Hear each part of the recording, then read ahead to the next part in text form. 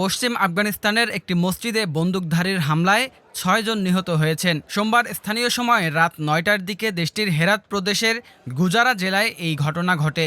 তালেবান স্বরাষ্ট্র মন্ত্রণালয়ের মুখপাত্র আব্দুল মতিন কানি এসব তথ্য নিশ্চিত করেছেন। আব্দুল মতিন কানি বলেছেন, গতকাল সোমবার রাত ৯টার দিকে হেরাত প্রদেশের গুজারা জেলায় এই ঘটনা ঘটে। একজন অজ্ঞাত সশস্ত্র ব্যক্তি একটি মসজিদে প্রবেশ করে এবং সেখানে উপস্থিত মুসল্লিদের উপর গুলি চালালে ৬ জন নিহত হন। আব্দুল মতিন কানি মঙ্গলবার সকালে সোশ্যাল মিডিয়া প্ল্যাটফর্ম এক্সে লিখেছেন, ৬ জন বেসামরিক ব্যক্তি শহীদ হয়েছেন এবং একজন বেসামরিক ব্যক্তি আহত হয়েছেন।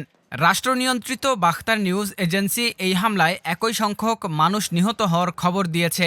এই হামলার দায় এখনও কোনো গোষ্ঠী স্বীকার করেনি। তবে বিশ্লেষকরা বলছেন, আইএসআইএসের আঞ্চলিক শাখাটি আফগানিস্তানের জন্য সবচেয়ে বড় নিরাপত্তা হুমকি। তারাই এই হামলা চালিয়ে থাকতে পারে।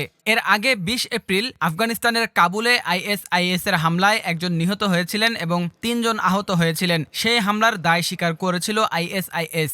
ঐতিহাসিকভাবে নিপীড়িত শিয়া হাজারা সম্প্রদায়ের একটি ছিটমহলের কাছে কোটিসাঙ্গি এলাকায় ওই বোমাটি বিস্ফোরিত হয়েছিল। কাবুল পুলিশের মুখপাত্র খালিদ জাদরান সেদিন এক বিবৃতিতে বলেছিলেন, একটি মিনিবাসে বোমাটি রাখা হয়েছিল, গাড়ির চালক এতে প্রাণ হারিয়েছেন এবং আরও ৩ জন বেসামরিক ব্যক্তি আহত হয়েছেন। নিরাপত্তা কর্মীরা সেই ঘটনার তদন্তের কথা জানিয়েছিলেন। আইএসআইএস তাদের টেলিগ্রাম চ্যানেলে এই হামলার দায় স্বীকার করে জানিয়েছিল, হাজারাদের বহনকারী একটি মিনিবাস তালেবান চেকপয়েন্টের মধ্য দিয়ে যাওয়ার সময় বিস্ফোরণ ঘটানো হয়। আইএসের বিবৃতিতে বলা হয়েছিল, হামলাটি ওই মিনিবাসটিকে ধ্বংস করে এবং প্রায় ১০ জনকে হত্যা করে এবং আহত করে।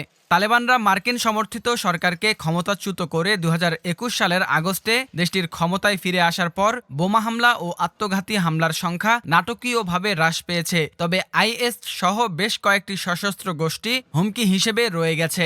গত মাসে একটি ব্যাংকে আইএসের আত্মঘাতী বোমা হামলায় একাধিক লোক নিহত হয়। কর্তৃপক্ষ বিস্ফোরণে নিহতের সংখ্যা ৩ জন বলে জানিয়েছে। তবে হাসপাতাল সূত্র এএফপিকে ২০ জন নিহত হওয়ার কথা জানিয়েছিল।